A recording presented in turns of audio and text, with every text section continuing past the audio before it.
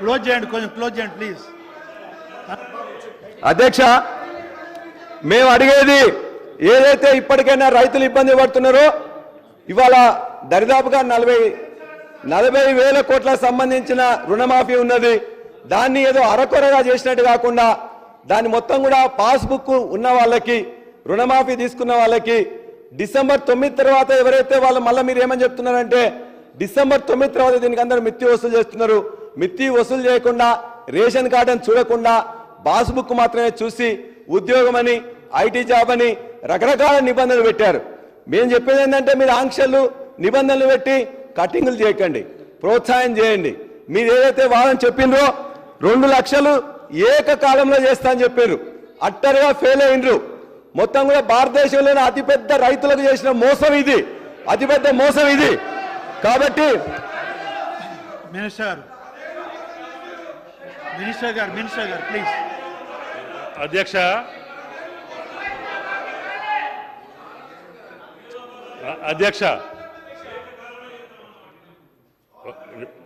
ఒక పంట కాలం ముందు మొదటి సంవత్సరంలోనే పల్లా గారు ప్లీజ్ కొంచెం మీరు చెప్పారు, నేను నిన్న మీరు చెప్పినట్టుకన్నిటికీ కూడా సమాధానం ఉంది.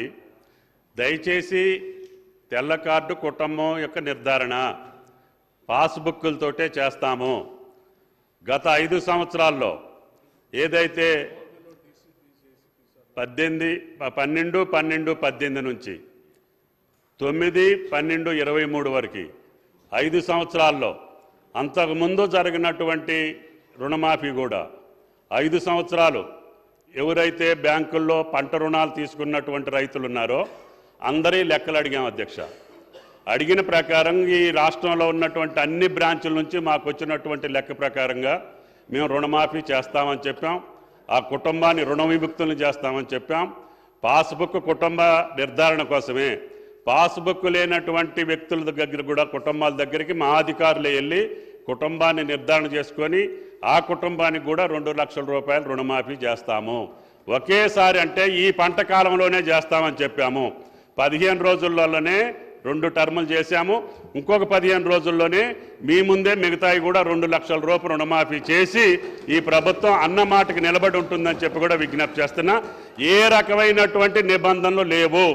అప్పు తీసుకున్నటువంటి, పంట రుణం తీసుకున్నటువంటి కుటుంబం 2 లక్షల రూపాయలు రుణమాఫీ చేసేటటువంటి బాధ్యత ఈ ప్రభుత్వాన్ని. దయచేసి గౌరవ సభ్యులందరినీ రిక్వెస్ట్ చేస్తున్నాను, కొంచెం టైం మెయింటైన్ చేయండి మీరు.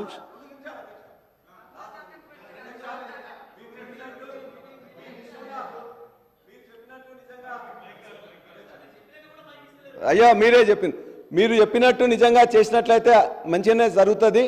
దాని ప్రకారం ఎంతమంది రైతులు ఉన్నారు, ఎన్ని వేల కోట్లు అవుతాయి, డిసెంబర్ 9 తర్వాత జరిగిందా? డిసెంబర్ 9 వరకు మీరు చేస్తామన్నారు. డిసెంబర్ 9 తర్వాత ఇప్పటి వరకు అయినట్లయితే దాని మీద మిత్తి వసూలు చేస్తున్నారు, వడ్డీ వసూలు చేస్తున్నారు. దాన్ని వడ్డీని కానీ అది కానీ వసూలు చేయకుండా దాన్ని కూడా ఖచ్చితంగా మీరే మాఫీ చేయాలని చెప్పేసి రైతుల పక్షాన కోరుతున్నా. ఇది అధ్యక్ష, చివరికి జనగామ సంబంధించిన 2 విషయాలు మాకు